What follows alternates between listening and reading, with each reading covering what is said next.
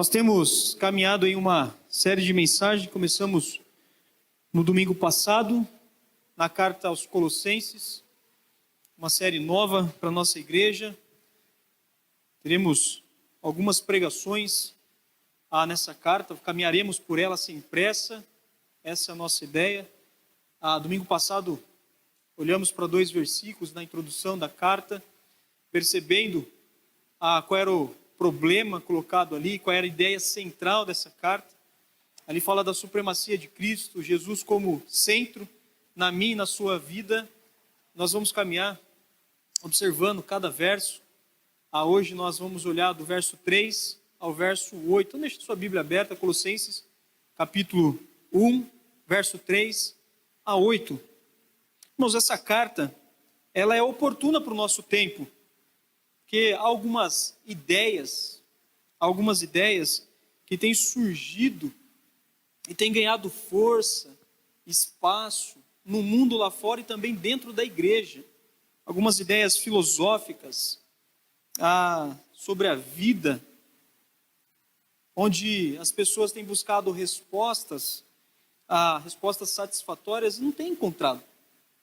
Muitos têm buscado na filosofia, na psicologia, respostas que não vão encontrar. E é semelhante a essas propostas que Epáfras, o autor da carta, ou melhor, o plantador da igreja de Colossos, vem trazer para Paulo, e Paulo escreve então uma carta para alertar esses irmãos de Colossos. Filosofias que se levantaram no meio da igreja, filosofia essas que traziam medo a Epáfras como pastor daquela igreja, preocupado para que aqueles irmãos não se perdessem.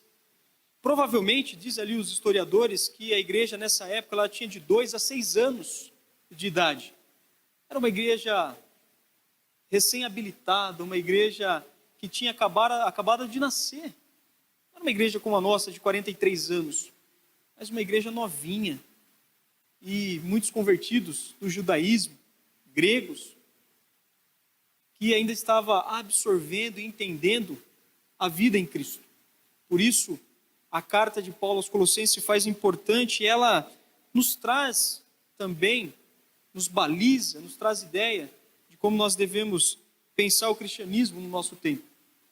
Porque há filosofias no nosso meio que também põem em xeque o nosso cristianismo, a nossa vida com Deus. E há alguns simpatizantes de crenças, simpatizantes de filosofias, de visões, de cosmovisão, de mundo, que tem nesse tempo diminuído Jesus, diminuído o Evangelho de Cristo. Diluído mesmo. Diluído. E aí você vai ler alguns autores, como Augusto Cury, que dilui o Evangelho, e você se satisfaz com aquilo. Toma cuidado. A internet deu púlpito para muita gente, e nós temos tomado algumas coisas que a internet coloca como verdade, quando na verdade é um evangelho diluído. Parece bom, mas não é. Então chamo sua atenção a isso. Muitos na internet, e eu tenho visto porque eu sigo alguns irmãos, e seguir alguns irmãos na rede social é pastorear também. Então toma cuidado, estou de olho em você. E tem alguns irmãos que têm compartilhado alguns insights, alguns vídeos de 15, 30 segundos, como verdades de sua vida, partindo de filósofos brasileiros, como Kardec, Pondé, Cortella, e aquele recortezinho que o cara fala em um podcast que você acha bacana, você vai lá e posta como verdade para você, como se fosse algo bíblico. Nossa, parece Bíblia isso. E aí você esquece que a maioria desses filósofos são ateus. Declaradamente. Homens que estudaram teologia para combatê-la, para combater as verdades da palavra de Deus. E eu tenho visto alguns compartilhando vídeos, 15 segundos, 30 segundos, como se fossem verdades para a sua vida. E eu fico pensando, meu Deus, Não é mais fácil ler a Bíblia? Mas é que 15 segundos, 30 segundos não me cansa, pastor. E ele falou em uma frase de efeito tudo que eu precisava ouvir para a minha semana. E você se enche daquilo em uma filosofia vazia, como se fosse verdade para você. E você vai viver a sua vida, a sua semana, como se você tivesse abastecido. Sem sequer abrir a palavra de Deus e buscar a verdade na palavra do Senhor. Muitos têm comungado, compartilhado, se deleitado nesses insights de filósofos do nosso país, e não só do nosso país, mas têm levado como verdade essas filosofias. Meus irmãos, na história já se combateu vãs filosofias. Tertuliano foi um combatente fiel dessas filosofias vãs que tentavam unir cristianismo e filosofia pagã, secular. Um pouco mais recente, uma discussão da origem do homem, a origem do universo, tentaram forçadamente a tentar trazer uma harmonia entre fé e ciência. E aí surge o evolucionismo cristão, ou o teísmo, evolução teísta. Juntar Darwin e relatos bíblicos, como se fosse possível juntar as duas coisas. A teoria do Big Bang com relatos bíblicos, como se fosse possível. Mudar os dias da criação para não mais dias, 7 dias corridos de trabalho do Senhor, mas milhares de anos. Para tentar fazer um cálculo e bater e dizer que temos milhões de anos. Como se fosse possível juntar fé, ciência e filosofia secular.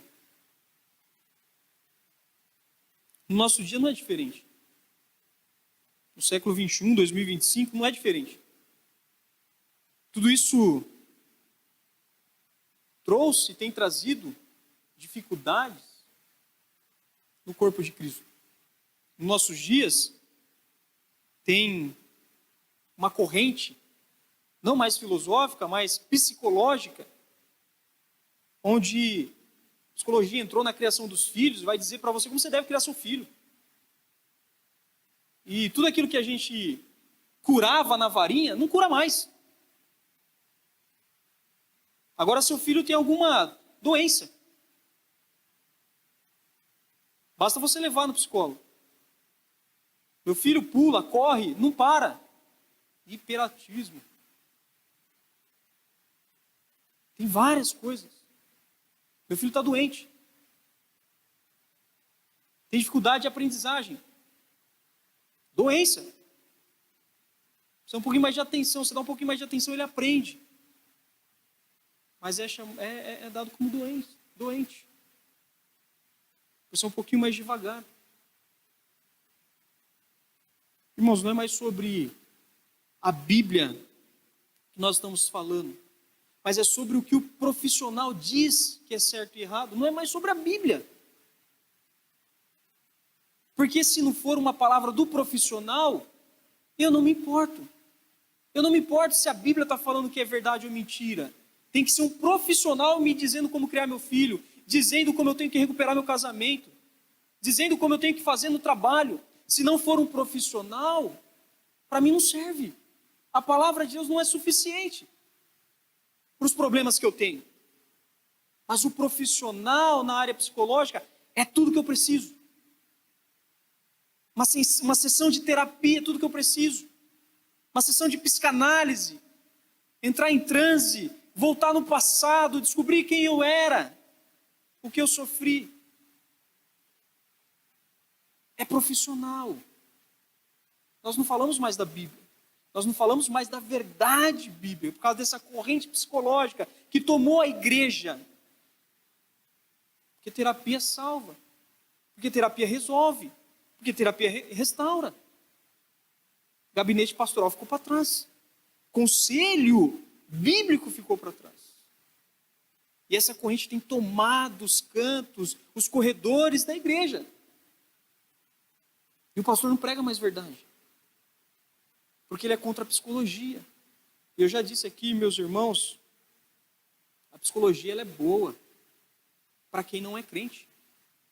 A psicologia, dentro da graça comum, é usada por Deus para quem não é crente.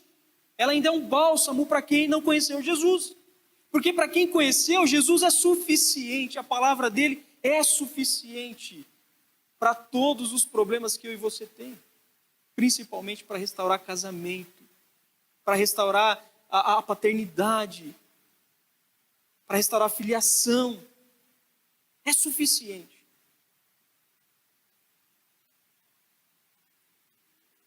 O cristianismo com filosofia orientais, as pessoas tentam misturar as coisas.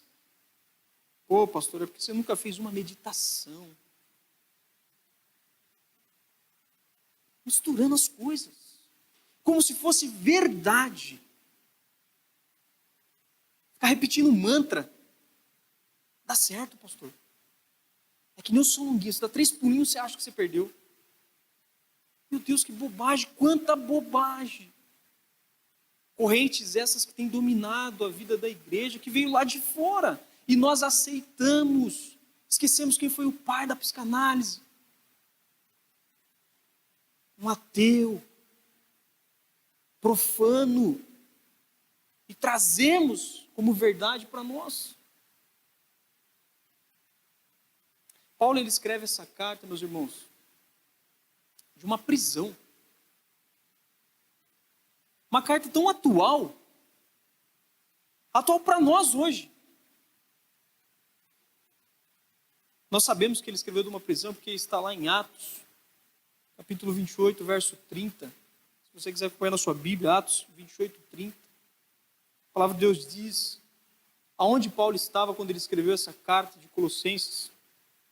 Por 2 anos inteiros, Paulo permaneceu na casa que havia alugado e recebia todos que iam vê-lo. A prisão naquele tempo, pelo menos nesse momento de Paulo, era uma prisão domiciliar. Ele não podia sair de casa. Era domiciliar, então ele tinha uma liberdade naquela casa que ele alugou. Mas ele estava preso, ele não podia sair dali. Mas ele tinha toda a liberdade de receber pessoas. E ele havia recebido nessa casa, em Roma, Epáfras. E não só Epáfras, mas outros irmãos. Como nós falamos aqui na semana passada, que ia buscar de Paulo orientação, e Epáfras faz isso. Ele sai de Colossos e vai para Roma, como se ele estivesse saindo de São Paulo para a Bahia, longos quilômetros. Uma baita de uma viagem naquele tempo. E ele vai buscar de Paulo orientação, porque ele não sabia mais o que fazer, segundo aquelas filosofias que entravam na vida da igreja, nos corredores da igreja. Ele vai buscar de Paulo orientação, então Paulo escreve essa carta, e ela é levada até Colossos, e lida, de forma que aqueles irmãos pudessem entender o que Paulo tinha para dizer. O carteiro fica bem claro para nós no capítulo 4 de Colossenses, no verso 7. O carteiro que leva essa carta. Colossenses capítulo 4, o verso 7 nos diz quem é esse carteiro. O nome dele é Tíquico. Tíquico, irmão amado, servo fiel e colaborador no serviço ao Senhor, informará a vocês de todas as coisas ao meu respeito. Colossenses não conhecia, o povo de Colossenses não conhecia Paulo, mas havia ouvido falar dele, porque Paulo tinha grande influência naquele tempo. Paulo não é o plantador da igreja, mas era um grande influente naquela região. Por isso, Epáfras foi buscar ajuda. E Tíquico leva então essa carta para a igreja, explica sobre Paulo, fala sobre Paulo. A preocupação ela era clara, a gente consegue ver no capítulo 2, no verso 8, qual era a preocupação de Epáfras e o que Paulo vai tratar com esses irmãos. Olha aí, Colossenses capítulo 2, o verso 8, Paulo vai dizer, tenham cuidado para que ninguém os escravize, para que essas filosofias não escravizem vocês. por meio de filosofias inúteis. Filosofias inúteis, bonitas de ver, gostosas de ouvir, mas inúteis. Que enganam, inúteis. Tenham cuidado para que ninguém os escravize por meio da filosofia inúteis e enganosas, que se fundamentam na tradição humana e nos princípios elementares desse mundo. É mundano, não é de Deus, não de Cristo. Nós vemos esses filósofos, é gostoso de ouvir, eles são inteligentes, mas é filosofia mundana. Então toma cuidado com esses reels de 15 e 30 segundos, toma cuidado. Para de compartilhar. Para de achar que você é intelectual porque você está compartilhando filosofia pagã.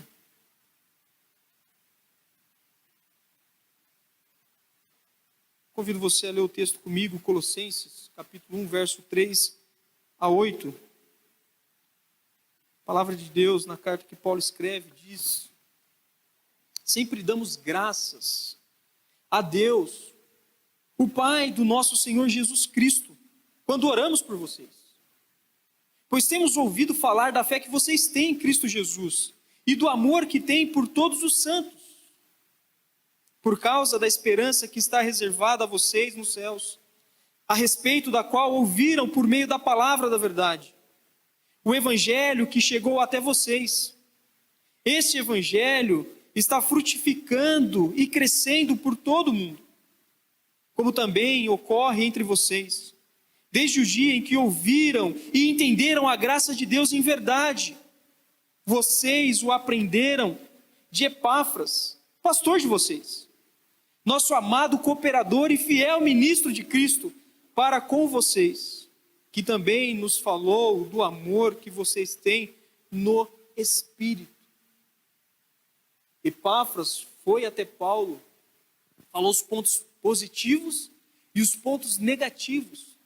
E Paulo faz questão de pontuar na carta esses pontos positivos que Epáfras havia dito a ele.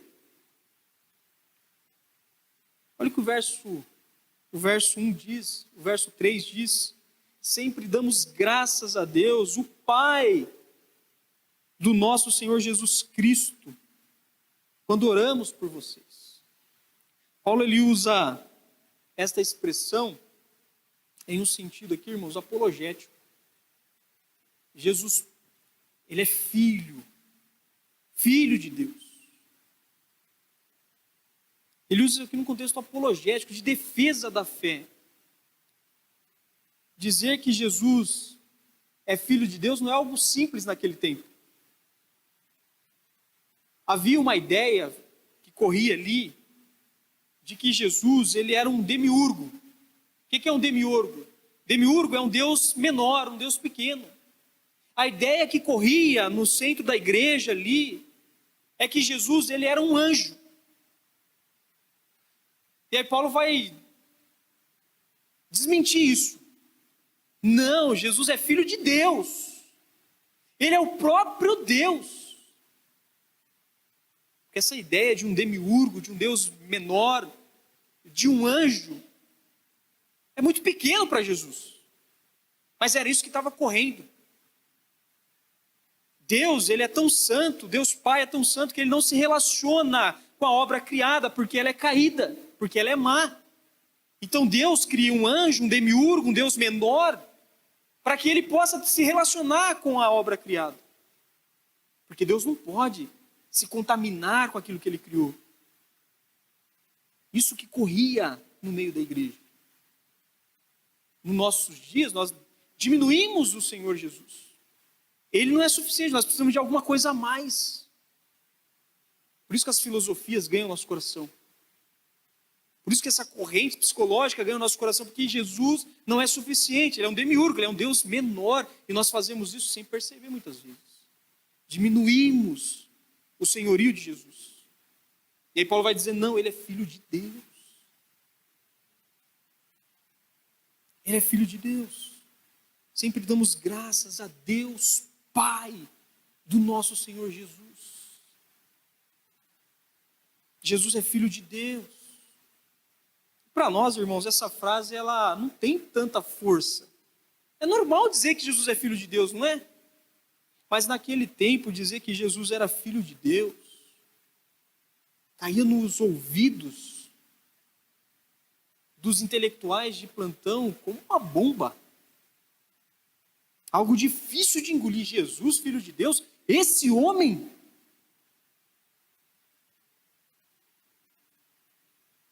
João capítulo 5, verso 18, nos deixa claro isso. Abra sua Bíblia aí, João capítulo 5, verso 18, acompanhe comigo. Verso 18 e 17.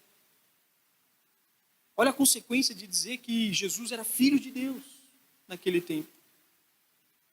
Jesus lhe disse: o meu Pai que está no céu, o meu Pai, trabalha até agora e eu também trabalho.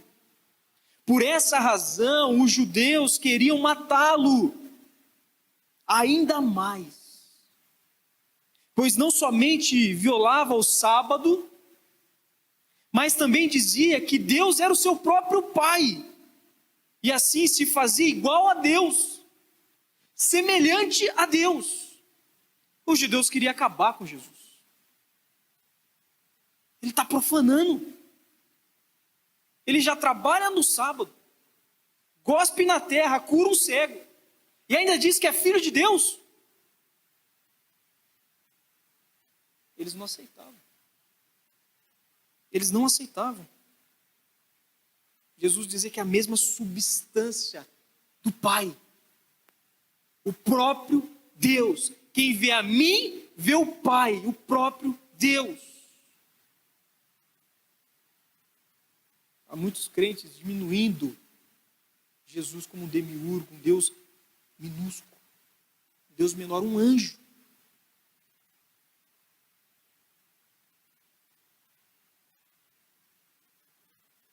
E às vezes isso se torna perceptível na vida da igreja. Pessoas dando lugar às coisas, pessoas dando lugar a filosofias, porque Deus e sua palavra, o Senhor Jesus e a sua palavra não é suficiente para mim. Eu preciso de mais alguma coisa, eu preciso de coisas palpável. Jesus não é palpável. Eu preciso de coisas mais e maiores para me satisfazer, para curar, para transformar. Jesus não é suficiente. Algumas pessoas têm dito isso, não com palavras, mas com ações. Com ações. Pessoas que não lutam mais pelo casamento. Pessoas que não lutam mais pelo filho. Que não acreditam mais. E vão buscar em outros lugares, em outras coisas.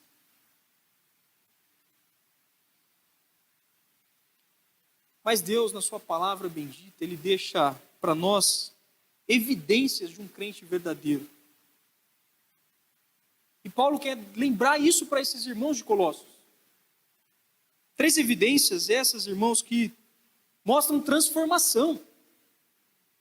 E Paulo repete isso nas suas cartas. Não só em Colossenses, mas em outras cartas. Paulo, ele mostra essa gratidão, ele diz sobre essa gratidão que ele tem por esses irmãos e ora por eles. Mas Paulo vai mostrar também 3 evidências, eu quero compartilhar isso com os irmãos, como pontos da nossa mensagem de hoje. Eu queria que você fizesse uma autoanálise da sua vida cristã e ver se você tem esses pontos claros na sua vida. Porque isso, irmãos, deixa claro a evidência de que você é, de fato, um cristão, de que você já entregou sua vida a Jesus. Em algumas pessoas eu consigo ver isso claramente, em outras ainda está meio nublado. Ainda tenho dificuldade de ver. Mas eu queria que você fizesse essa autoanálise, para ver se você se encaixa, se enquadra nessas evidências que Paulo nos traz. Ele dá ali, mostrando gratidão aos colossenses, pela evidência de transformação que eles têm. Ele quer lembrar isso para essa igreja. Colossenses, o verso 4, olha o que ele diz. Pois temos ouvido falar da fé que vocês têm em Cristo Jesus. Então, primeira evidência que ele coloca aqui, desses irmãos, é a fé em Cristo. Pois temos ouvido falar da fé que vocês têm em Cristo. E ele não coloca só fé. Ele vai falar da fé, ele vai falar do amor, ele vai falar da esperança. Uma tríade, um tripé, que mostra evidências de pessoas convertidas, salvas em Cristo. Nós vamos passar por cada uma delas. Eu queria que você olhasse para a sua salvação e visse que você viveu um milagre. A salvação é um milagre, irmãos, da qual nós nos esquecemos muito fácil. Você viveu um milagre e nós temos que glorificar o Senhor todos os dias por isso. O primeiro ponto que Paulo traz aqui é sobre a fé dos Colossenses. Fé em Cristo, uma fé salvadora. Eu ouvi sobre a fé salvadora de vocês. Fé essa que alcançou o seu coração. E nós sabemos que salvação, ela vem por meio da fé. Somente por meio da fé. Salvos mediante a fé. Não tem justiça própria, não é nós, mas é Ele em nós. Nós não somos capazes de fazer algo para sermos salvos. É somente pela fé em Cristo Jesus, o Filho de Deus. Mesma substância do Pai. Salvos mediante a fé. Não temos justiça nisso. O verso 6 nos ajuda a entender isso. O texto diz: chegou até vocês, este evangelho está frutificando e crescendo por todo o mundo, como também ocorre entre vocês desde o dia que ouviram. A fé vem pelo ouvir. Vocês ouviram e entenderam a graça de Deus, a verdade. Meus irmãos, em algum momento da sua história, da sua vida, alguém falou e você ouviu. Alguém pregou o evangelho para você. Isso aconteceu comigo em 2005. Uma pessoa pregou o evangelho para mim e eu ouvi. E eu não só ouvi, como eu entendi. E olha, já falei algumas vezes aqui, a minha vida era perfeita até eu ouvir. Depois que eu ouvir e entendi, digeri a verdade do evangelho, a minha vida virou um caos. Eu percebi que eu vivia numa família pagã, cheia de pecados, de ranhuras, de buraco, perdida no pecado. Perdida no pecado. As escamas começaram a cair. E ao olhar para a minha família, eu comecei a ter repulsa. Por conta do cheiro de pecado que havia na minha casa, na minha família.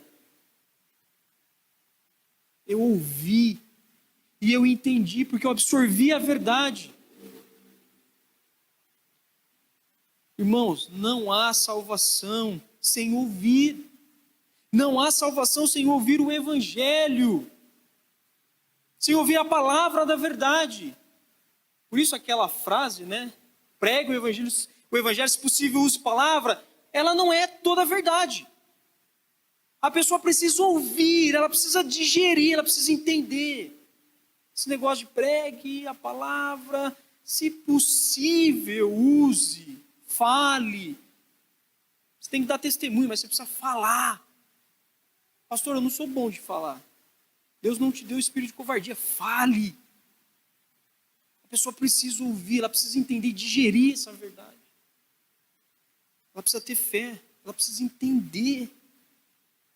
E o verbo aqui, desse entender, é o verbo epignosco.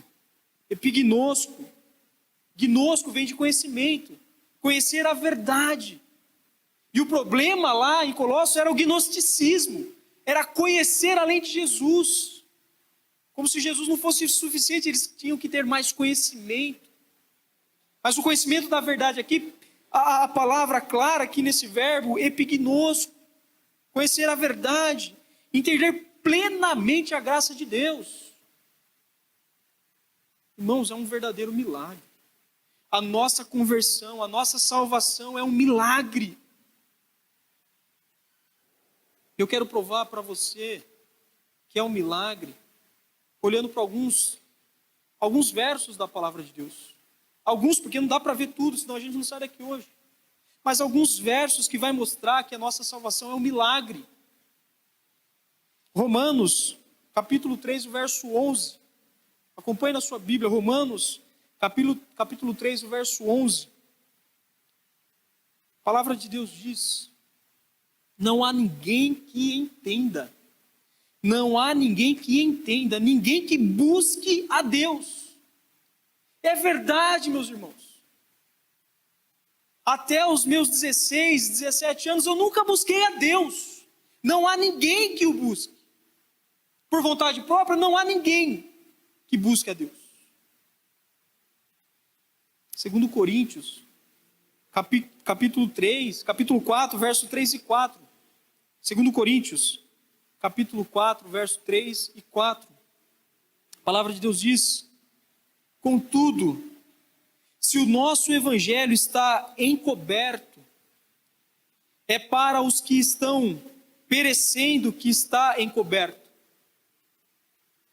O Deus, com D minúsculo, o Deus desta era, cegou o entendimento dos descrentes, para que não veja a luz do evangelho da glória de Cristo, que é a imagem de Deus.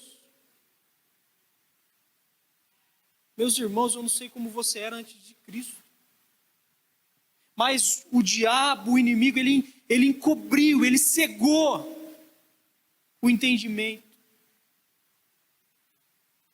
Minha família não conseguia ver além do nariz. Cegos. Não conseguia enxergar Deus. Efésios capítulo 4, o verso 17 e 19. Assim eu digo a vocês, e no Senhor insisto, que não vivam mais como gentios, na inutilidade dos seus pensamentos. Eles estão obscurecidos no entendimento e separados da vida de Deus, pela ignorância em que estão por causa do endurecimento do seu coração. 1 Coríntios, capítulo 1, o verso 18. Pois a mensagem da cruz é loucura para os que perecem, mas para nós que somos salvos é poder de Deus. Meus irmãos, a palavra de Deus para o mundo lá fora é loucura. Por isso as pessoas nos isolam, porque é loucura. O que você está falando? Lucas 24, o verso 45. Jesus disse: foi isto que eu falei enquanto ainda estava com vocês. Era necessário que se cumprisse tudo o que a meu respeito estava escrito na lei de Moisés, nos profetas e nos salmos. Então, abriu-lhes o entendimento para que pudesse compreender as Escrituras.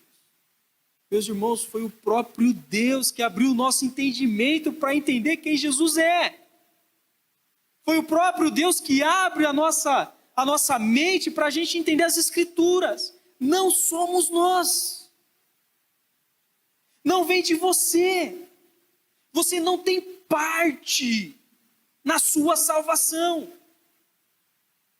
Foi Deus que abriu o seu entendimento para que você cresce, para que você entendesse ao ler a palavra de Deus. Atos 16, o verso 14. Olha o que Deus faz. Por conta própria, nós não buscaríamos a Deus e nem entenderíamos a sua palavra. Atos 16, 14. Uma das que ouviam era uma mulher temente a Deus, chamada Lídia, vendedora de tecido de púrpura, da cidade de Tiatira, o Senhor abriu o coração para atender a mensagem de Paulo. Foi o Senhor que abriu o coração de Lídia, não foi ela, foi o Senhor. Livre-arbítrio, participação na salvação, você não tem nenhuma. Eu levantei a mão, eu aceitei. Eu encontrei Jesus, Jesus não estava perdido, não. Quem estava perdido era você. Você tem livre-arbítrio para pecar, você escolhe pecar, você não escolhe Jesus. Nós não tínhamos condições disso. Ele nos abriu o entendimento e o coração para crer. É um milagre, irmãos. É um milagre que nós esquecemos facilmente. É um milagre. Ele fez, a nossa fé vem dele. Ele fez, ele nos salvou. É graça dele. Segundo Coríntios, capítulo 4, verso 6, a palavra de Deus nos diz: Pois Deus que disse, das trevas resplandece a luz. Ele mesmo brilhou no coração, no nosso coração, para a iluminação do conhecimento da glória de Deus, na face de Jesus Cristo. Foi Ele. Foi Ele. Ele nos escolheu. Ele nos separou. É graça dele, é tudo dele. Você tem um conhecimento da graça de Cristo? Você já entendeu que a sua salvação é um milagre?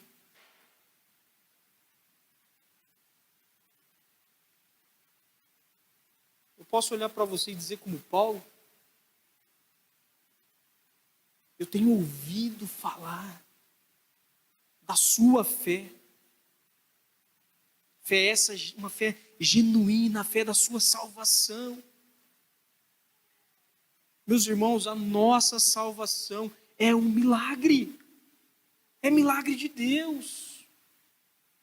Ele nos deu. É graça dele, graça abundante. Por isso nós temos que celebrar. Por isso que cada culto tem que ser com muita alegria, com muito fervor. Porque é milagre. Nós não escolheríamos estar aqui por conta própria, não. Jamais.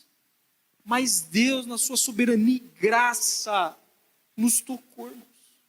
Mudou o coração, mudou a mente. Fez nova todas as coisas, toda a podridão Ele tirou, colocou para fora e nos deu um coração novo. Você não é capaz de fazer isso. Deus é, Ele fez isso comigo, Ele fez isso com você. É milagre. Por isso a gente não pode continuar como éramos, filhos da perdição, filhos do diabo, perdidos em nossos delitos e pecados. Não somos mais escravos do pecado, agora somos filhos de Deus. Como tal é Jesus, Filho de Deus. É graça, graça bendita. É graça, é milagre. Paulo não fala só da fé salvadora. Paulo vai falar também do amor que há naquela igreja pelos santos. Paulo lembra aquela igreja da salvação que eles têm para que filosofias não tomem aquele coração. Mas Paulo vai lembrar também do amor que eles têm enquanto comunidade, enquanto igreja, enquanto povo de Deus. Ainda no verso 4 ele diz: pois temos ouvido falar da fé de vocês, da fé que vocês têm em Cristo Jesus, e do amor que tem por todos os santos. E santos, é que eu já expliquei para vocês, santos são separados, pessoas separadas, pessoas que Deus consagrou com o único propósito de continuar rendendo pessoas ao reino de Deus, ganhando pessoas para o reino de Deus. Quando nós somos separados, salvos em Cristo Jesus, ele já nos dá uma tarefa de ganhar outro para o reino. Essa é a nossa tarefa, de falar, porque pessoas precisam ouvir, porque pessoas precisam entender e aceitar Jesus como seu Salvador, de glorificar Jesus como seu Salvador. Ele fala desse amor que eles têm pelos santos. Quando Paulo fala de amor aqui, o que ele tem em mente, meus irmãos, provavelmente aqui é um conceito de sacrifício. Não é um amor sentimental, um amor romântico. Não é um amor de irmãos, mas é um amor de sacrifício, que dá vida pelo outro. E a gente percebe isso na carta que ele escreve também da prisão, em Efésios, no capítulo 5, verso 2. Olha o que ele diz sobre o amor, Efésios 5, verso 2. E vivam em amor, como também Cristo nos amou, e se entregou por nós como oferta e sacrifício de aroma agradável a Deus. Na mente de Paulo, o amor é sacrifício. Por isso esse momento que nós vivemos aqui é sacrificial. Às vezes a gente não quer estar aqui. Muitas vezes a gente não quer nem se relacionar, mas ele fala de sacrifício. O amor dos irmãos de Colossos é sacrificial. Levar a igreja a ser generosa é se sacrificar pela necessidade do outro. Isso é ser igreja, comunidade, que se sacrifica pelo outro, que vem aqui e traz a cesta do amor, para que o outro tenha o feijão no próximo mês. Sacrificar pelo outro. Na mesma carta para Efésios, lá no verso 25 do capítulo 5, ele vai falar desse amor sacrificial entre marido e mulher. Olha o que ele diz. Efésios capítulo 5, verso 25. Maridos. Acordaram, né? Maridos, cada um de vocês deve amar a sua esposa assim como Cristo amou a igreja e se entregou por ela. O seu casamento é de entrega, o seu casamento é de sacrifício. É isso que ele requer de nós, maridos. Entrega. Eu tenho visto alguns casamentos que têm pouca entrega ou nada de entrega. Onde o sacerdócio tem ido para o ralo porque tem entregado pouco. O amor é sacrificial. Isso está na mente de Paulo. Não é amor romântico, porque amor é decisão. Amor é entrega, é sacrifício. Nós vemos muito isso na vida de pai e filho. Mãe se dando pelo filho. O pai não para de trabalhar enquanto o filho não se forma na faculdade. É uma entrega. Mas a mesma entrega às vezes não está no casamento com marido e mulher. Paulo está falando aqui de sacrifício. Irmãos, amar é mais mãos do que coração. Amar é mais mãos do que coração. É fazer pelo outro. É sacrificar-se pelo outro do que sentimento. É pôr a mão na obra, é fazer. É se sacrificar, é perder o seu domingo de manhã de descanso. É perder o seu sábado de família para servir. É sacrifício. É mais mão do que coração.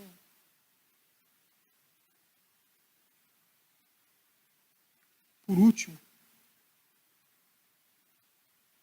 passa aí, por favor, que não está passando. Por último, ele vai ressaltar aqui a esperança eterna dos irmãos de Colossos. Eles tinham uma fé salvadora, uma fé em Cristo Jesus. Eles tinham um amor pela comunidade que se entregava, um amor de entrega e uma esperança eterna. E essa esperança, irmãos, é a razão, é o fundamento da fé e do amor. Se eu tenho fé e eu tenho amor, eu tenho uma esperança futura, eterna, escatológica. Eu espero algo. E eu espero porque eu já criei. Eu espero porque eu já entendi. Eu sou salvo. eu vivi um milagre e agora eu espero o dia de Cristo. É escatológico. Eu não vejo a hora. Tem gente falando, ainda não, Senhor. Ainda não, eu nem casei. Eu nem fiz sexo pela primeira vez, ainda não, Senhor. Os mais jovens. Ainda assim. Se você já tem a sua salvação garantida, porque você creu, o nosso desejo é pela eternidade, a nossa espera, a nossa esperança é pela eternidade. Ele pontua isso nesses irmãos, olha o verso 5. Por causa da esperança que está reservada a vocês nos céus. Esperança que está reservada a vocês nos céus. A respeito da qual ouviram por meio da palavra da verdade, o Evangelho. Problemas naquele tempo e nesse é que nós temos colocado a nossa esperança aqui. Muitas pessoas numa esperança terrena, de uma melhora de vida aqui, em ser bem-sucedido aqui, em viver tudo que pode viver aqui. A nossa esperança é celeste, está no céu. Irmãos, isso aqui é só um recorte da eternidade. Nós viveremos como povo de Deus no céu. Se a sua esperança está aqui, você está maluco.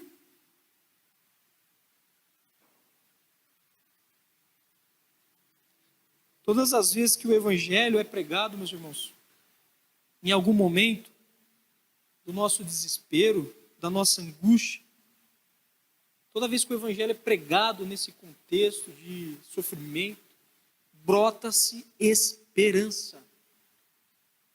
Por isso nós temos que pregar o Evangelho, porque sempre brota esperança. E essa esperança ela é eterna. O que o Evangelho traz para o nosso coração é que existe uma vida eterna, uma vida melhor do que essa que nós estamos vivendo. A vida com Cristo, a vida eterna é melhor do que essa que nós estamos vivendo. Ainda que ela seja boa para você, o meu casamento é bom, ser pai é bom, ser pastor dessa igreja é excelente. Mas eu quero algo mais, eu quero o céu. Eu quero estar com Deus. Isso tem que ser o nosso desejo. É bom comer baião de 2. Melhor ainda é estar no céu. É bom torcer para o Palmeiras, eu sofro, mas é melhor ainda estar no céu. Uma coisa melhor. Mas muitas pessoas têm colocado o seu coração aqui, nas coisas daqui. Como se tudo que tivesse é isso aqui. Tito, capítulo 1. Paulo vai falar dessa certeza escatológica. Tito, capítulo 1, verso 1 e 2.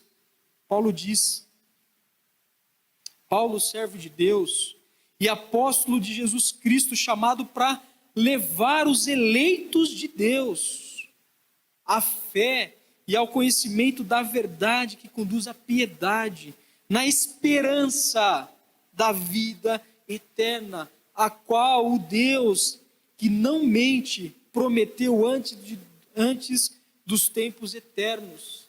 Deus prometeu, é promessa dele. Deus não mente. Irmãos, tem algo depois disso. Tem vida depois da vida. Você pode crer nisso? Nós viveremos o céu, porque você é fruto de milagre, de salvação, que não vem de você, vem de Deus. Isso deveria alegrar o nosso coração, de tal forma que nós desejemos o dia do Senhor. 1 Coríntios, capítulo 15, e eu estou terminando, o verso 19, 1 Coríntios, capítulo 15, o verso 19. E aqui é um alerta de Paulo.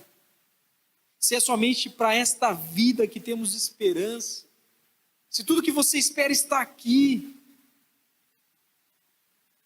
Se é só para esta vida que temos esperança em Cristo, somos os mais miseráveis de todos os homens. Se é só aqui, você é um miserável. Porque é mais do que isso aqui. A vida em Cristo é mais do que isso aqui, irmãos. Uma vez, estava ali na porta cumprimentando as pessoas ao sair. Uma pessoa me cumprimentou e falou assim: pastor, desde quando eu comecei a frequentar a igreja, eu era um desempregado, agora estou empregado. Porque eu estou frequentando aqui. Ele não entendeu nada. Não entendeu nada, não tem nada a ver com a igreja. Ele ser bem sucedido aqui. Como se tudo estivesse aqui. Pastor, olha, depois que eu comecei a frequentar a Igreja Batista do Centenário, eu fui promovido, eu agora tenho uma empresa melhor. Bobagem! Bobagem. Nossa vida é além daqui. É mais do que isso aqui.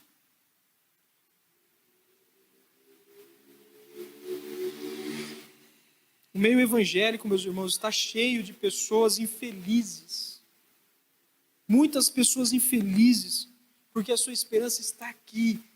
É mais e mais trabalho, é mais e mais busca, é mais ganho, é mais isso. Perde a família. Uma frase célebre de um professor: o que adianta ganhar, ser bem-sucedido e ter o fracasso da família? Que adianta ser bem-sucedido e ter o fracasso de casa? Porque a vida não está aqui, ela é além disso. Nossa esperança, ela é celeste. Isso tem que tomar seu coração. 1 Pedro, capítulo 1, verso 3 a 6.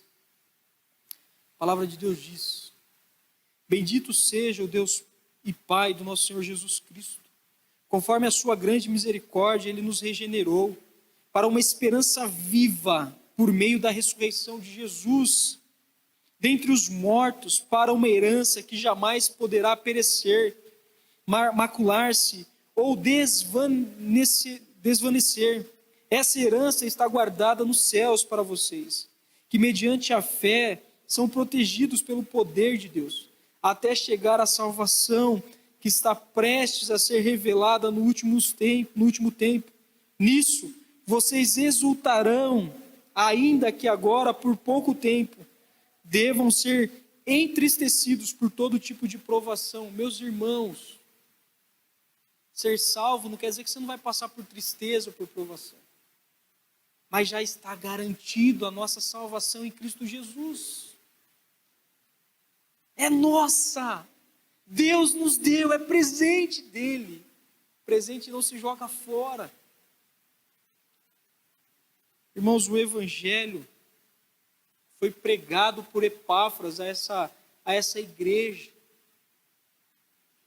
O texto deixa claro, não faltou Evangelho lá, não faltou palavra de Deus, mas eles estavam dando ouvido e estavam fazendo coceguinhas no ouvido, filosofias.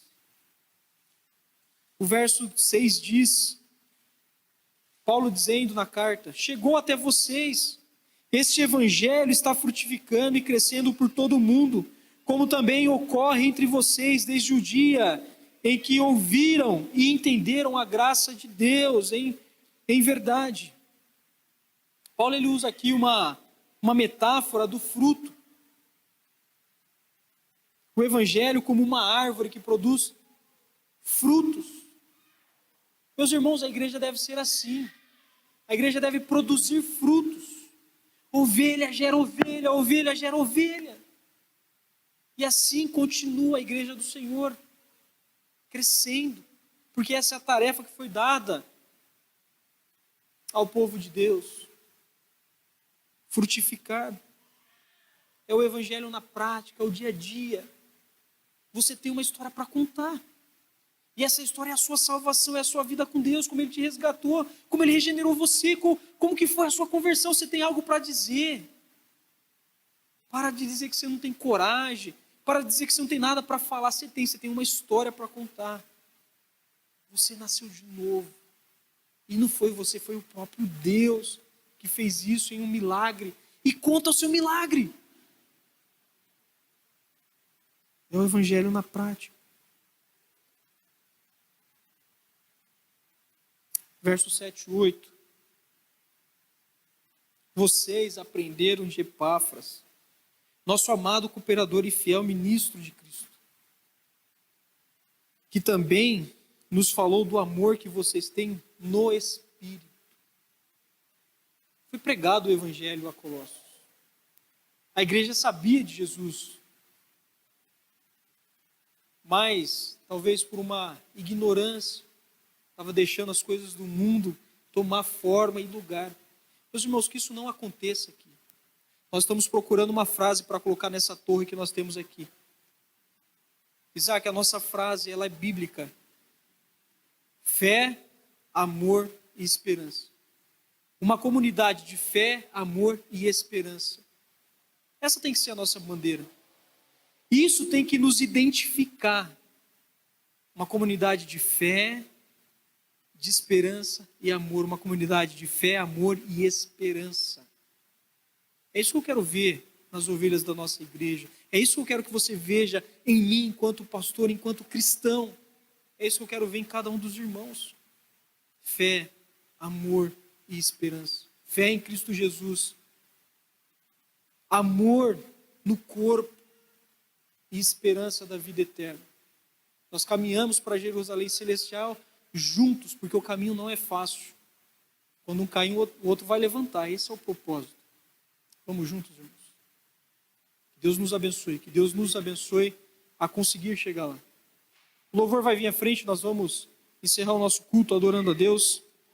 Mas antes da oração, e antes da gente finalizar o nosso culto, eu quero dar alguns avisos, também apresentar um casal para vocês. Uma família, né? Porque eles têm filhos, tá bom? Vou pedir para vir aqui à frente. O Lucas, a Vera e a Fernanda. Eles estiveram aqui pela manhã, trouxeram a palavra para a gente. Eles são seminaristas ali do Palavra da Vida. Eles vão passar esses próximos 2 domingos, hoje mais 2 domingos, até dia 27, vai estar com a gente. Eu queria que você conhecesse eles. Então, se você puder vir conversar com a família, eles passarão esse tempo com a gente. Eles não estão substituindo o Telmo. O Telmo está lá em Cascavel, no Paraná, né? E ele foi fazer o ministério dele lá. E eles vieram aqui por uma indicação do seminário e também do pastor Rinaldo, que já passou aqui na igreja, né? Pregou aqui no aniversário da igreja. Então eles vão passar essas 2 semanas com a gente, servindo a igreja em todas as áreas que a gente tem, naquilo que Deus tem capacitado eles. Tá bom? Então, procure conhecê-los melhor. Hoje tivemos uma palavra sobre perdão, pregada pelo Lucas. Vocês vão ver eles servindo, né, aqui na igreja. Então não estranhe. Ele já não é um desconhecido, porque ele esteve hoje de manhã com a gente. Então você já tem liberdade para saber e conversar sobre eles, tá bom? Pode sentar.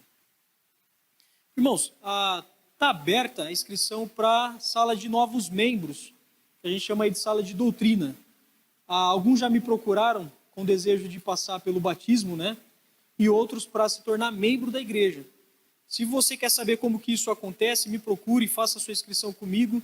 Eu vou dar mais informações para você. Isso acontece no mês de novembro, só que a gente precisa fazer algumas aulas. E aí eu quero explicar para você se é o seu desejo de se tornar membro da igreja. Já tem um grupo, mas eu sei que tem mais pessoas que ainda não vieram falar comigo. Se é o seu caso, me procure no final do culto, nós vamos conversar. No próximo sábado nós teremos encontro de casais. Tá? E você é nosso convidado a estar aqui. E junto com o encontro de casais acontece também o encontro das mulheres, um pouquinho mais cedo. Tá bom? Então esteja aqui, honre aquilo que a gente tem entregado para você como igreja, tá bom? É para o seu crescimento espiritual. Também para você investir no seu casamento. Então esteja sábado aqui às 19 horas, nós vamos juntos receber ferramentas por parte do Senhor. Vamos ficar em pé, nós vamos orar, encerrando o nosso culto. Faz sua cabeça, feche seus olhos. Deus Santo, obrigado, Pai, pela Tua palavra, obrigado pela verdade que há no Teu Evangelho. Nós rogamos a Ti, Pai, que nós possamos ser essa igreja que vive essas expressões da vida cristã, Pai. Que a gente possa viver a fé em Cristo Jesus. Que as pessoas possam enxergar isso em nós. Que nós possamos viver o amor, ó Deus, na comunidade, na igreja. Que nós possamos, Pai, juntos, viver essa esperança escatológica do dia do Senhor, Pai. Onde nos encontraremos com Cristo, a igreja do Senhor, Pai. Onde teremos nossos corpos restaurados, glorificados, em um ambiente que não haverá mais dor, não haverá mais sofrimento, onde nós veremos o Senhor face a face. Deus Santo, nós vivemos um milagre, Senhor. O Senhor nos salvou, o Senhor nos resgatou, Deus. Isso alegra tanto o nosso coração. Mas há pessoas aqui, Senhor, que precisam voltar ao primeiro amor, que precisam voltar à lembrança da salvação. Aquele dia que mudou a história, aquele dia que transformou a vida, aquele dia que caiu as escamas dos olhos, e pôde ver o Senhor, a graça que há no Senhor. Há pessoas ainda que não se salvaram, Pai. Há pessoas ainda que não entregaram suas vidas a Cristo. Há pessoas ainda que não foram convencidas. Há pessoas que ainda não entenderam na Tua palavra, Deus, que têm sido cegadas, Deus. Pessoas que têm os seus olhos encobertos. Que haja salvação nessa noite, Deus. Que o Teu Santo Espírito possa convencer esse coração duro. Que o Teu Santo Espírito possa tirar o coração de pedra e colocar um coração de carne. Que haja entendimento, Pai, nessa noite. Que haja salvação na Tua casa. Aqueles que estão distantes, Deus, que nem se lembram mais do dia da conversão, só se lembram da data, mas não se lembram do momento, do tocar do Espírito Santo de Deus. Que essa pessoa possa se lembrar nessa noite, essa pessoa possa entender que foi um milagre. Nós não conseguiríamos pela nossa capacidade, nós não buscaríamos, nós não sentiríamos desejo próprio pelo Senhor, mas o Senhor olhou para nós com um olhar de graça. O Senhor mudou a nossa realidade. O Senhor usou pessoas para que os nossos ouvidos ouvissem sobre Jesus. E nós entendemos. E o nosso coração passou a ter fé. Fé em Cristo Jesus, o nosso Salvador. E tudo mudou, Senhor. Tudo tem mudado. É Santo, que o nosso desejo seja o Senhor, mais do que qualquer outra coisa. Que todo o conhecimento que nós precisamos, nós possamos entender que há no Senhor. Que nós não sejamos ignorantes espirituais. Que nós possamos estar embasados na Tua palavra. Essa palavra que liberta, que transforma, que faz nova todas as coisas. Para que haja salvação no nosso meio, eu te peço, Pai, humildemente, que o Teu Santo Espírito possa trabalhar em cada coração. Pai, que haja salvação na minha família que ainda não te conhece, Deus. Salva a minha casa, salva a minha família, os meus irmãos, Deus, que tem negado o Senhor há tantos anos, Deus.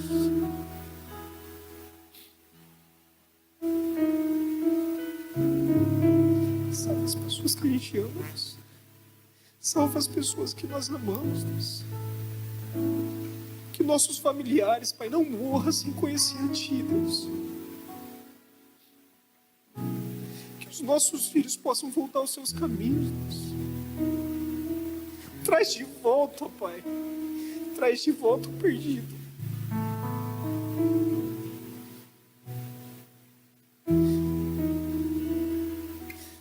Ainda há esperança, Deus. Ainda há esperança. Que a graça do Senhor Jesus, que o amor de Deus, o nosso Pai, e a consolação do Espírito Santo seja sobre todo o povo de Deus espalhado pela face da terra hoje e para todo sempre. Amém e amém. Deus abençoe, irmãos.